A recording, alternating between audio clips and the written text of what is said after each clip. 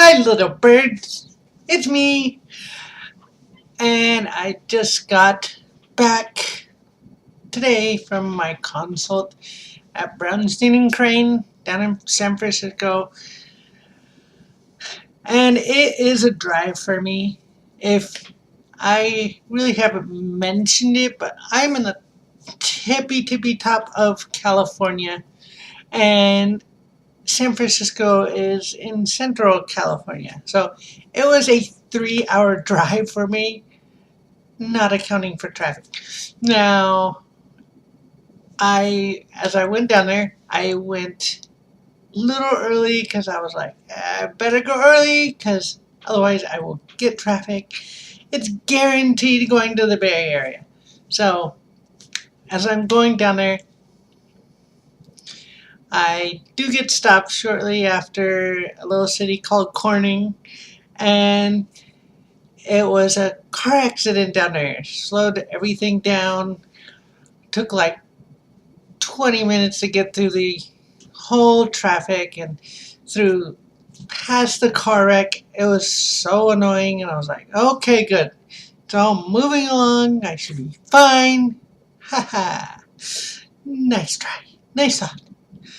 Well, I keep going, and the nice little Google Maps sent me to 505, and then off of the 505 to a little road. It's 2 lanes, one each going either direction, called Highway 37. And I'm like, oh, this is kind of cute. You know, you get a nice view on either side. It smells kind of oceany because it's a salt marsh. And no less than like a mile of getting on it, dead stop. I'm like, and I had what I thought I had was 40 minutes, and I'm like, I hope this hurry up because I am going to be late. If you don't hurry up, I gotta be there at 2 o'clock. What the heck is going on? So I'm sitting there, and time is just ticking. So annoying. So it's about 1:40, and I'm like, oh, I better call. So I call, and she's like, okay, no problem, honey. And then she looks up, oh, your appointment's at 2:30. I'm like, oh, thank goodness. Good. That gives me a little extra cushion. So it started creeping, and when I say creeping, it was like seriously 10 feet at a time. Finally, I got through the accident on this 2 lane road an hour later. An hour! And what had happened was there was a silly gentleman that somehow ran his RV off of the embankment of the road into the salt marsh, which was probably 7 to 8 feet in elevation down. So, yeah, that is what was slowing us down. There was a cop there, waving everybody through, like, hi, stop staring. So, I finally get kind of to the street and to the area that it's in, and these are some small ass streets, and I'm trying to get there, and the GPS says, do a U-turn. So I do this U-turn, and then it says, you have arrived. And I'm like, wait, but I didn't see a sign for them. Where are they? So I'm looking, and I look at the address, and it says 695, and I look over there, and it's 605. I'm like, crap. So I do another U-turn around, and I knew which one kind of that it was going to be, and did the U-turn again, and got there. It's not exactly labeled, although, well, you would think being a plastic surgeon that's famous, they would have like some kind of signage. There's no signage. It just says something about a surgical group and that's it. No, surgery center. I'm like, is this the place? So I go into one of the offices, the suites, and I'm like, ma'am, I'm not sure if I'm in the right place. Is this for Crane and Shatterwhite and plastic surgeon? She's like, oh no, honey, they're in suite 1. You're in suite 2. So I walk around, get there, check myself in, and wait a little bit in the lobby, and then they take me back to my room. There I wait. I don't know. It was at least like 20 minutes. But I just sat there alone. I could have seriously gone to sleep. I was at one point almost asleep because it was like completely quiet with me just in this room. Hardly any sounds. It wasn't like a hospital where you hear all this beeping and no. It was quiet. So I'm just waiting, and then door opens, and it's this little short Hispanic lady. I'm like, you don't look like Dr. Shatterwhite at all. She's like, hi, I'm Dr. Gonzalez. I just got to the firm like a couple months ago. So she goes over, like, asks me all these questions pertaining to my health, pertaining to my history, if I had any injuries, or, make sure that I was a good candidate and that I wasn't going to, like, bleed to death all over their table because I didn't disclose something. And then we discuss, the breast augmentation, what I'm looking for. And I told her, I was like, well, I would like more volume up here. I would like some cleavage, which, she said the thing that I already expected and already said to myself, because when you talk about cleavage with anybody and with breast augmentations as implants, you have to be careful, because if you get them too close, then you have a communication through the wall, which is called symastia. And you don't want the two places communicating, or it just looks horrible. And it's not what I want. I definitely want a good result, something that's natural, that fits my frame. And, she asked me what size. I'm like, well, I don't know. I've never had boobs. I've never thought, oh, well, I want G's. I want triple D's. This is my first time, so I haven't really experimented, gotten extra bras and, filled them up or anything. So I was like, I don't know, whatever's natural and fits for me.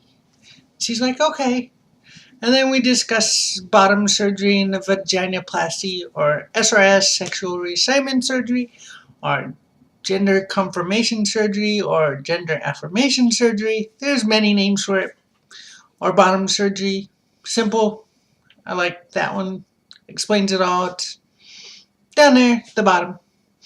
And we discuss it, discuss complications, discuss how it's going to go, how long it's going to take, which all of this I mostly know because I've been doing my research. I've gotten myself where I probably know as much as they do about it.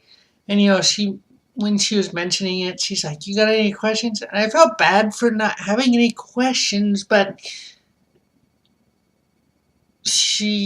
I've already had most of my questions answered through research, watching YouTube, and learning from the community here.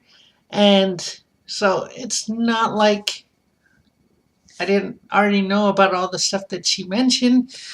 And I'm like, not really? she's like, okay, I'll go get Dr. Shatterwhite. So I sat there another 10 minutes or 15. It was horrible. It was just like, okay, people, I got things to do. I gotta be back. Can we just get this on with? So, and he walks with Dr. Gonzalez, and he's like, hi, I'm Dr. Shatterwhite. And he's so cute, okay? I'm sorry. I'm glad he's my doctor. He's cute, handsome, great looking guy, even though he's gay, okay? I have to say he's handsome, okay? Dr. Shatterwhite comes in and introduces himself and, kind of goes over both the things, what my goals are with it, what I'm expecting, and, he said the number one thing that I was wanting with a breast augmentation. He's like, well, we'll get you something, that's natural and that will work with your body and won't look like it's totally fake. And with their procedures, they do under the crease, the boob crease, the breast crease, and they go under the muscle, which I'm totally fine with. This creates less ripples, it keeps it in place usually, and just with trans breast augmentations, we don't have as much skin up there. So, and of course, when he came in, he's like, okay, go ahead and take off your top. And this is when I got a little awkward, because it's like, you want me to do what?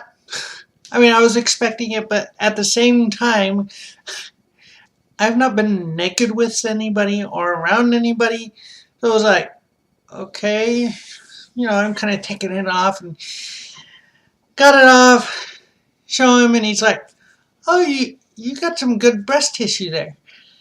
You got quite a bit more than, typical transgender people. And I'm like, oh, that's good.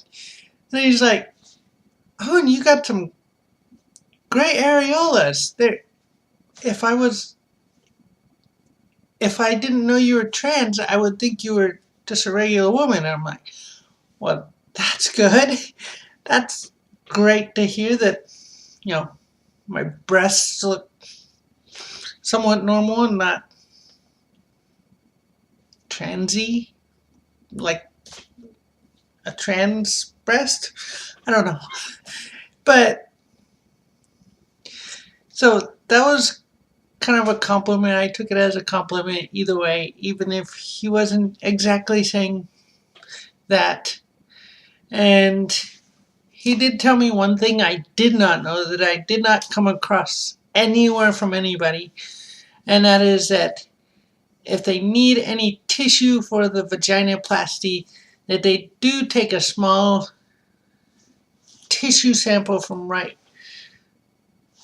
kind of like your bikini line right up the upper thigh, and that's just to help give you a little more tissue, because sometimes you don't have enough down there to make a good neo vagina. So that was new. I didn't know that happened. I know it happens going the other way, FTM, that they usually have a graft from like their arm or their legs, someplace like that, which I knew about, but this was news to me. So this was something that I hadn't heard. So we get done with that, and I go out, talk to the office lady, get all the information about processing it, insurance-wise, letters, all that stuff to get the ball rolling. And it was good information, because I am not an insurance expert. I'll tell you right now, I am not an expert with insurance and will not pretend to be. So when you talk about deductibles and all this other stuff, I'm like, huh? What is that? So she kind of broke it down and explained it. So I will. She explained it on everything after my deductible would be covered, which is great because it's very expensive surgeries, and the price that it will be a very small fraction. And then they told me, the scheduling team should be getting with me in like 2 weeks, thereabout, and schedule me for the operation. And it sounds like that. I mean, they're busy, but they have some openness next year. So I'm hoping, if I'm going to do this, I want to do it sooner rather than later. And the reason being is, I have that thing in the back of my mind about our president, and with all his talk of, I'm going to take away their health insurance because they don't need to be covered. Excuse me? Can you afford this? Oh, wait, yes, you can, Mr. Trump. So, yeah, in the back of my mind, I have that, along with I have school, my ex has school, and I'm just thinking scheduling the best time, honestly, would be summer. So that, because they also told me, due to me working at Home Depot, yes, those are my Home Depot aprons, if y'all didn't know, that they didn't want me working because Home Depot is very rigorous work. You have to pick up boxes, you have to go up and down ladders, and do other such things. And they said, well, you'll be down for 2 weeks. We don't want you working, 2 months. And I'm like, 2 months? So this also has me thinking, I need to get some short-term, long-term disability. That way I'm bringing in something, and it's just not like I'm off for 2 months doing nothing. Well, I'm recovering. But, yeah, definitely not making any money. And, I'll be in the hospital for 3 days. 3. And then after the 3 days, I have to still be in the Bay Area for a total of 7. And then after the 7, they said I could go home. And then after 7 days, the dressing, they said it's like a big giant pad, will be taken off, and then they'll take out the packing, and then after the 7 days I will have to start dilating. So, and they said 3 times a day for 30 minutes. So if you're doing that math, that's an hour and a half each day that you dilate. That's just a lot. And I'm going to have to incorporate that into my daily routine. It's like, okay, I'm going to have to lock my door so I don't have 6 kids running in on me. Jailyn, what are you doing? Well, kids, I'm busy dilating. You don't want to see this. This is scary. Talk about sex education 101. So that is how the consult went. That is how my trip went. And coming back was pretty uneventful except for one incident. I was trying to pass the guy was in the left lane. And he was kind of over the middle line, just right in the line. And I'm like, okay, pick a fucking side. Like, I want to get by you. You're going slow. And so I go on the right lane, and he starts to come over. I'm like, where's your blinker? Why are you coming over? You saw me passing you. Like, really? So I end up I laid on the horn, of course, because I'm like, hello, I'm right here. Do you not see the black car? I know it's dark, but my lights are on. So I had to go on to the shoulder, pass him the rest of the way, get in between him and a semi, and then, get out from behind the semi because he was going slow, and I got through. So I almost died because I don't know if he was drunk or oblivious or really not paying attention because he was like just riding the middle of the line, like, get to one side or the other. You're not supposed to be riding the line. So, again, guys, if you like my content, please subscribe. Please hit the notification bell. Hit the thumbs up. Give me a comment below. And I will talk to you later. And I will release this probably this Friday. So you will see this fresh. And today is the 10th of September. So just as a reference so you guys know when I went. Bye.